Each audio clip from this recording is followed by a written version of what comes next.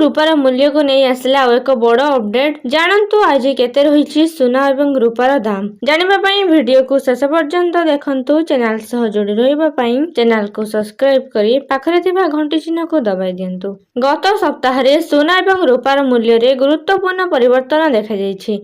जदि आपण सुना रूपार निवेश करने को योजना करुछंती किंबा सुना रूपा अलंकार किनिबा को जाउछंती तेणु गोटे सप्ताह मध्य मिल्डी कमोडिटी एक्सचेंज अर्थात एमसीएक्स रु घरोई बाजार को यही मूल्यवान धातु गुड़िकर मूल्य रे परिवर्तन आसी। सुना और रूपा मूल्य रे साप्ताहिक परिवर्तन उपरे नजर पकाइबा आपणक पई लाभदायक हेबो। आसंतु जानिबा 20, 22 एवं 24 कैरेट सुनार मूल्य केते रहिछि। रूपारे बड़ परिवर्तन मूल्य उच्चठारु एते कम। प्रथमे गत सप्ताह रे शेष 5टी वाणिज्य दिन रे एमसीएक्स रे रूपा फ्यूचर्स मूल्य रे होइथिबा परिवर्तन देखंतु।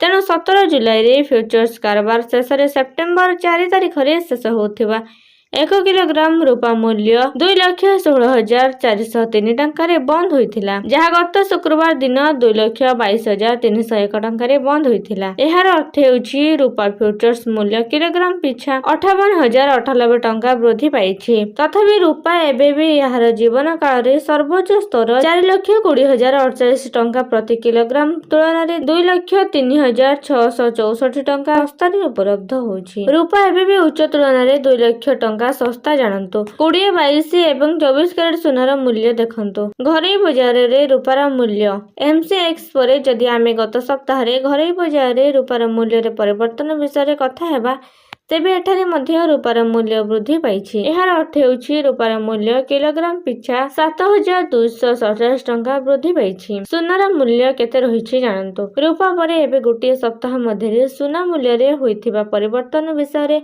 आलोचना करिबा। तेणु मल्टी कमोडिटी व्यवसाय दिन रे अगस्त 5 तारिख रे शेष हेउथिबा 10 ग्राम 24 कैरेट सुनार मूल्य 2,160 टंका वृद्धि पाइछि।